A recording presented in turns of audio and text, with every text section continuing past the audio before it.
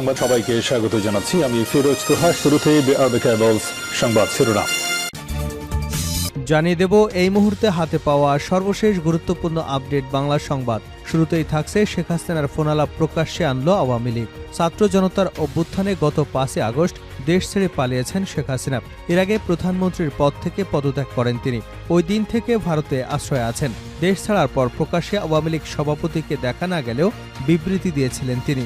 এরই মধ্যে শেখ হাসিনার বেশ কয়েকটি অডিও ক্লিপ সামাজিক যোগাযোগ মাধ্যমে ভাইরাল হয়েছে। বিভিন্ন দিক নির্দেশনা দিচ্ছে নেতাকর্মীকে, আর এর জেরে অনেক নেতাকর্মীকে গ্রেপ্তারও করা হয়েছে। এবার শেখ হাসিনার একটি অডিও ক্লিপ আওয়ামী লীগের ফেসবুক পেজ থেকে প্রকাশ করা হয়েছে। এবারে জানাবো, ফেব্রুয়ারির মধ্যেই নির্বাচনের ব্যবস্থা করুন সেলিম ভূঁইয়া। বিএনপির কুমিল্লা বিভাগের সাংগঠনিক সম্পাদক অধ্যক্ষ মোহাম্মদ সেলিম ভূঁইয়া অন্তর্বর্তী সরকারের উদ্দেশ্যে বলেছেন, দেশে এখন নির্বাচনের পরিবেশ তৈরি হয়েছে, মানুষ এখন নির্বাচনমুখী, তাই আগামী ফেব্রুয়ারি মাসের মধ্যে নির্বাচনের ব্যবস্থা করুন। জানাবো, শেখ হাসিনার মতো যেন দৈত্য সৃষ্টি না হয়। বিএনপির সাবেক মন্ত্রী এবং স্থায়ী কমিটির সদস্য আমির খসরু মাহমুদ চৌধুরী বলেছেন, ক্ষমতার ভারসাম্য সৃষ্টি করতে হবে, প্রধানমন্ত্রীর হাতে সব ক্ষমতা দেওয়ায়, যার মাধ্যমে শেখ হাসিনার মতো দৈত্য সৃষ্টি হয়েছে, সেই দৈত্য যেন আর সৃষ্টি না হয়। ক্ষমতার বন্টন এবং ভারসাম্য রক্ষা করতে হবে। 2 বারের বেশি কেউ প্রধানমন্ত্রী থাকবে না, এটা তারেক রহমানের নির্দেশ। আগামী দিনে বিএনপিকে জনগণ যদি রায় দেয়, তবে তারেক রহমান জাতীয় সরকার গঠনের ঘোষণা দিয়েছেন। সেই সরকার 31 দফা বাস্তবায়ন করবে। এবারে থাকছে খোদাবক্স এবং আলী ইমাম মজুমদারা গণতন্ত্রের বিপক্ষে অবস্থান নিয়েছেন। অন্তর্বর্তী সরকারের প্রধান উপদেষ্টা ডক্টর মোহাম্মদ ইউনূসের বিশেষ সহকারী পুলিশের সাবেক আইজিপি মোহাম্মদ খোদাবক্স চৌধুরী এবং বাংলাদেশ মন্ত্রিপরিষদ সচিব আলী ইমাম মজুমদার গণতন্ত্রের পক্ষের শক্তির বিরুদ্ধে অবস্থান নিয়েছেন বলে মন্তব্য করেছেন বিএনপির সিনিয়র যুগ্ম মহাসচিব অ্যাডভোকেট রুহুল কবির রিজভী। এদিকে ট্রাইব্যুনাল চাইলে বিচার কার্য অডিও ভিজুয়াল প্রচার করতে পারবে। আন্তর্জাতিক অপরাধ ট্রাইব্যুনালের বিচারকার্য সরাসরি সম্প্রচার নয়, রেকর্ড করে প্রচার করা যাবে বলে জানিয়েছেন আইন উপদেষ্টা ডক্টর আসিফ নজরুল। তবে বিচারের পক্ষগুলো যারা আছে তাদের ডিগনিটি, প্রাইভেসি এবং যেসব অধিকার রয়েছে সেগুলোর উপর নজর রাখা হবে। বুধবার সন্ধ্যায় ফরেন সার্ভিস একাডেমিতে ব্রিফ করে একথা বলেন তিনি। এবং সর্বশেষ জানাবো আন্তর্জাতিক সংবাদ। মার্কিন ক্ষেপণাস্ত্র দিয়ে রুশ ভূখণ্ডে ইউক্রেনের হামলা। যুক্তরাষ্ট্রের সরবরাহ করা দূরপাল্লার ক্ষেপণাস্ত্র দিয়ে ইউক্রেন প্রথমবারের মতো রাশিয়ার ভূখণ্ডে হামলা করেছে। মঙ্গলবার এই হামলা হয়েছে বলে রাশিয়ার পক্ষ থেকে জানানো হয়েছে। রাশিয়ার প্রতিরক্ষা মন্ত্রণালয় জানিয়েছে, ইউক্রেন সকালে আর্মি ট্যাকটিক্যাল মিসাইল সিস্টেম ব্যবহার করে রাশিয়ার ব্রিয়ানস্ক এলাকায় হামলা চালিয়েছে। 5টি ক্ষেপণাস্ত্র গুলি করে ভূপাতিত করা হয়েছে এবং একটি ধ্বংস করা হয়েছে। এতক্ষণ শিরোনাম শুনছিলেন, এবার বিস্তারিত। প্রিয় দর্শক, আপনি যদি এই চ্যানেলে নতুন হয়ে থাকেন, ভিডিওটি দেখতে দেখতে চ্যানেলটি সাবস্ক্রাইব করে আমাদের সঙ্গে থাকুন। আর এই ভিডিও সম্পর্কে আপনি আপনার মূল্যবান মতামতটি কমেন্ট বক্সে জানিয়ে দিন। আর হ্যাঁ প্রিয় দর্শক, জানিয়ে দিন ভিডিওটি কোথা থেকে দেখছেন। শেখ হাসিনার ফোনালাপ প্রকাশ্যে আনল আওয়ামী লীগ। ছাত্র জনতার অভ্যুত্থানে গত ৫ আগস্ট দেশ ছেড়ে পালিয়েছেন শেখ হাসিনা। এর আগে প্রধানমন্ত্রীর পদ থেকে পদত্যাগ করেন তিনি। ওই দিন থেকে ভারতে আশ্রয়ে আছেন। দেশ ছাড়ার পর প্রকাশ্যে আওয়ামী লীগ সভাপতিকে দেখা না গেলেও বিবৃতি দিয়েছেন তিনি। পরবর্তীতে তার কণ্ঠ সাদৃশ্য একাধিক ফোনালাপ সামাজিক যোগাযোগ মাধ্যমে ভাইরাল হয়। এসব ফোনালাপে শেখ হাসিনার সাদৃশ্য কণ্ঠে নেতাকর্মীদের বিভিন্ন দিক নির্দেশনা দিতে শোনা যায়। কখনো কখনো বর্তমান সরকার এবং বাংলাদেশ নিয়ে বিভিন্ন হুঁশিয়ারি উচ্চারণ হয় ওই কণ্ঠে। শেখ হাসিনার কণ্ঠ সাদৃশ্য ওই ফোনালাপ নিয়ে রাজনৈতিক মহল ও সোশ্যাল হ্যান্ডেলে 2 ধরনের আলোচনা আছে। কেউ কেউ দাবি করছেন এগুলো এআই দিয়ে তৈরি। শেখ হাসিনার ফোনালাপের কোনো সত্যতা নেই। তবে শেখ হাসিনার সঙ্গে ফোনালাপের কথা বলার অভিযোগে দেশে একাধিক ব্যক্তি গ্রেপ্তার হয়েছেন। অন্য একটি পক্ষ বলছে, শেখ হাসিনা আনুষ্ঠানিক বিবৃতি বা বক্তব্য দিতে না পারায় নেতাকর্মীদের নির্দেশনা দিতে এ পথ বেছে নিয়েছেন। আওয়ামী লীগ নিজেই কৌশলে শেখ হাসিনার এসব ফোনালাপ ফাঁস করে দিচ্ছে, যাতে দলের সভাপতির বার্তা নেতাকর্মীদের কাছে পৌঁছায়। আলোচনার মধ্যে এবার শেখ হাসিনার ফোনালাপ প্রকাশ্যে আনল আওয়ামী লীগ। দলটি তাদের ভেরিফাইড ফেসবুক পেজে শেখ হাসিনার কল রেকর্ড প্রকাশ করে। ওই ফেসবুক পোস্ট থেকে জানা যায়, ডেনমার্ক আওয়ামী লীগের সাথে টেলিকনফারেন্সে ছিলেন শেখ হাসিনা। সেখানে 3 মিনিট 35 সেকেন্ডের কথোপকথন প্রকাশ করা হয়। সোমবার এই ফোনালাপটি সামাজিক যোগাযোগ মাধ্যমে ছড়িয়ে পড়ে। ফোনালাপের শুরুতে অন্তর্বর্তী সরকারের প্রধান উপদেষ্টা ও ছাত্র আন্দোলনের সমন্বয়কদের খুনি বলে আখ্যায়িত করে শেখ হাসিনা। শেখ হাসিনাকে ওই ফোনালাপে বলতে শোনা গেছে, 7 জুলাই থেকে এই ছাত্ররা যখন আন্দোলন করে 14 জুলাই পর্যন্ত তারা সহিংস হবার আগে একটা টোকাও পড়েনি কারো গায়ে। যে যার মতো আসছে বসছে, আমরা তো তাদের কিছুই বলিনি। পুলিশের কাছে কোনো মেটাল বুলেট ছিল না, নির্দেশ দিয়েছি কোনো গুলি করবা না। পুলিশ ব্যারিকেড উঠিয়ে তারা ইচ্ছেমতো আন্দোলন করেছে। শুরু থেকে অনেক কিছুই করা যেত, আমরা তো সেসব কিছুই করিনি। এতে আরও বলতে শোনা যায়, কোটা তো আমিই বাতিল করে দিয়েছি। যেখানে কোনো কোটাই নেই সেখানে আন্দোলনটা কিসের জন্য? তারপর আমাদের মন্ত্রীরা তাদের সাথে বসে, তাদের দাবি দেওয়া মানা হয়, দাবি মানার পরও এবার এক দফা শেখ হাসিনাকে খুন করো, এই তো কথা। তাদের টার্গেট ছিল আমাকে হত্যা করা। তিনি আরও বলেন, শেয়ার মার্কেটের টাকা উধাও, ব্যাংকে টাকা নাই, ব্যাংকের টাকা উধাও, সেসব টাকা গেল কোথায়? 20 লাখ মেট্রিক টন খাদ্য আমি রেখে আসছি, 1 কোটি পরিবারের জন্য টিসিবির কার্ড দিয়েছি। দেশে যে অরাজকতা চলছে তার বিচার হবে ইনশাল্লাহ, এদের বিচার আমি করবই ইনশাল্লাহ। ফেব্রুয়ারির মধ্যে নির্বাচনের ব্যবস্থা করুন সেলিম ভূঁইয়া।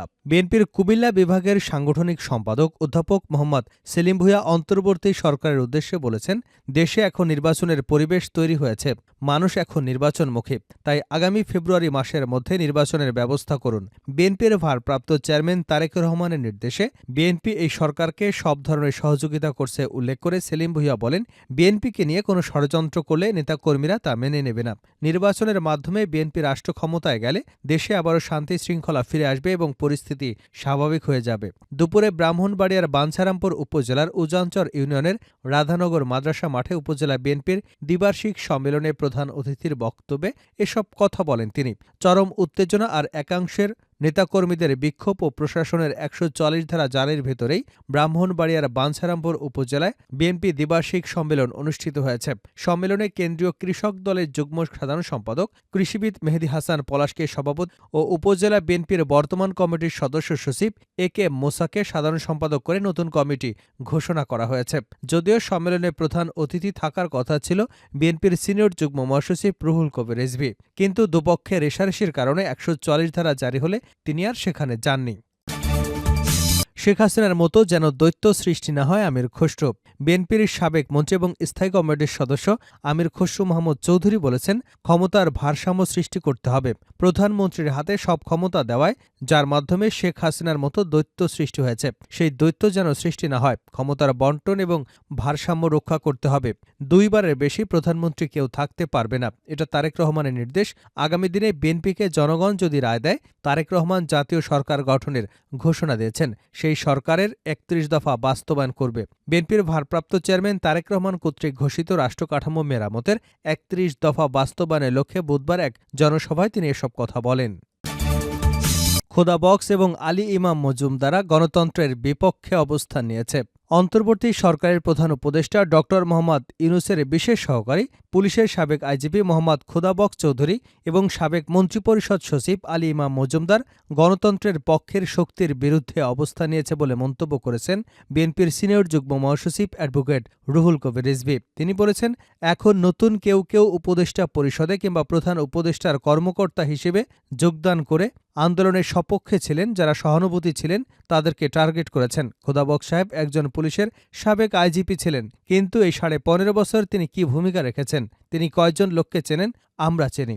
আমরা প্রতি মুহূর্তে নিপীড়িত হয়েছি। এই অফিস ভেঙে ৪-৫ বার ধরে নিয়ে যাওয়া হয়েছে আমাদের।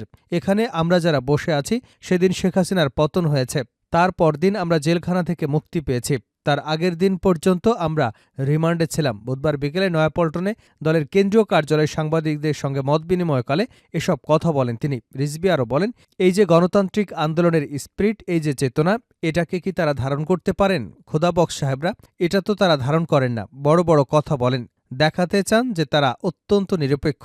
আপনি তো বিএনপির সময় আইজিপি ছিলেন, আপনি তখন কি করতে পেরেছিলেন? আপনাদের কারণেই তো ১-১১ এসেছে, অগণতান্ত্রিক শক্তি এসেছে। তিনি আরও বলেন, উপদেষ্টা পরিষদে থাকার পর আলী ইমাম মজুমদার সাহেব প্রশাসনিক পুনর্বিন্যাস করবার জন্য ডিসি নিয়োগ দেন, কিন্তু তিনি বেছে বেছে আওয়ামী ফ্যাসিবাদের পক্ষে থাকা প্রশাসনিক ব্যক্তিদের ডিসি হিসেবে নিয়োগ দেন। পরে হয়তো বিতর্কিত হয় সেটি পরিবর্তন করা হয়েছিল, কিন্তু উনি এই ১৫.৫ বছর শেখ হাসিনার আমলে কি ভূমিকা রেখেছেন? নিঃসন্দেহে উনি একজন বুদ্ধিজীবী মানুষ, পত্রিকা লেখালেখি করেন, কিন্তু তিনি কি কখনো গণতান্ত্রিক আন্দোলনের পক্ষে একটি আর্টিকেল লিখেছেন? আমাদের সমর্থনে কি কখনো একটি কথা বলেছেন?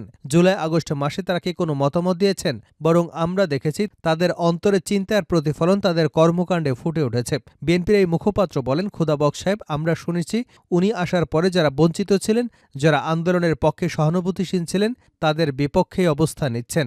এটা খুবই রহস্যজনক। টার্গেট করে তাদের বিরুদ্ধে ব্যবস্থা নেওয়া হচ্ছে, তাদের সরিয়ে দেওয়া হচ্ছে। কেন জানি একটি পরিকল্পনার অংশ হিসেবে নিজের পছন্দকে বাস্তবায়ন করবার জন্য তারা এ কাজগুলো করছেন। অথচ জেলখানার ভেতরে বসে সালমানের রহমান নানা কারসাজি করছেন, অপতৎপরতা চালাচ্ছেন, কিন্তু এর বিরুদ্ধে কোনো পদক্ষেপ নেওয়া হয়নি। কারাগারের ভেতরে তিনি রাজার হালে আছেন এবং সেখানে থেকেই সব পরিকল্পনা করছেন, এটা আমরা প্রমাণ পাচ্ছি। রিজভী আরও বলেন, গার্মেন্টস সেক্টরের অধিকাংশ মালিক আওয়ামী মনা ফ্যাসিবাদের পক্ষে। এই গার্মেন্টস সেক্টরকে অস্থিতিশীল করে তোলার পেছনে নিশ্চয়ই তাদের অবদান রয়েছে, কিন্তু এগুলোর ব্যাপারে কোনো পদক্ষেপ নেওয়া হয়নি। তারা ভেতর থেকে অপতৎপরতা চালাচ্ছে। শেষ করছে আন্তর্জাতিক সংবাদ দিয়ে। মার্কিন ক্ষেপণাস্ত্র দিয়ে রুশ ভূখণ্ডে ইউক্রেনের হামলা। যুক্তরাষ্ট্রে সরবরাহ করা দূরপাল্লার ক্ষেপণাস্ত্র দিয়ে ইউক্রেন প্রথমবারের মতো রাশিয়ার ভূখণ্ডে হামলা করেছে। মঙ্গলবার এই হামলা হয়েছে বলে রাশিয়ার পক্ষ থেকে জানানো হয়েছে। রাশিয়ার প্রতিরক্ষা মন্ত্রণালয় জানিয়েছে, ইউক্রেন সকালে আর্মি ট্যাকটিক্যাল মিসাইল সিস্টেম ব্যবহার করে রাশিয়ার ব্রিয়ানস্ক এলাকায় এ হামলা চালিয়েছে। 5টি ক্ষেপণাস্ত্র গুলি করে ভূপাতিত করা হয়েছে এবং একটি ধ্বংস করা হয়েছে। ক্ষেপণাস্ত্রের ধ্বংসাবশেষের কারণে ওই এলাকায় একটি সামরিক স্থাপনায় আগুন ধরেছে বলে রাশিয়ার প্রতিরক্ষা মন্ত্রণালয় বিবৃতিতে উল্লেখ করেছে।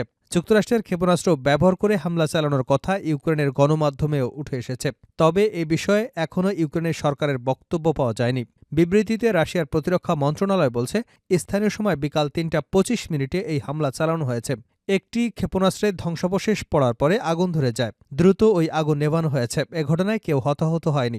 এর আগে ইউক্রেনের সামরিক বাহিনী নিশ্চিত করে যে তারা রাশিয়ার ব্রিয়ানস্ক এলাকায় একটি গোলাবারুদের গুদামে হামলা চালিয়েছে। তবে এই হামলায় এটিসিএমএস ব্যবহার করা হয়েছে কিনা সেটা নিশ্চিত করতে পারেনি।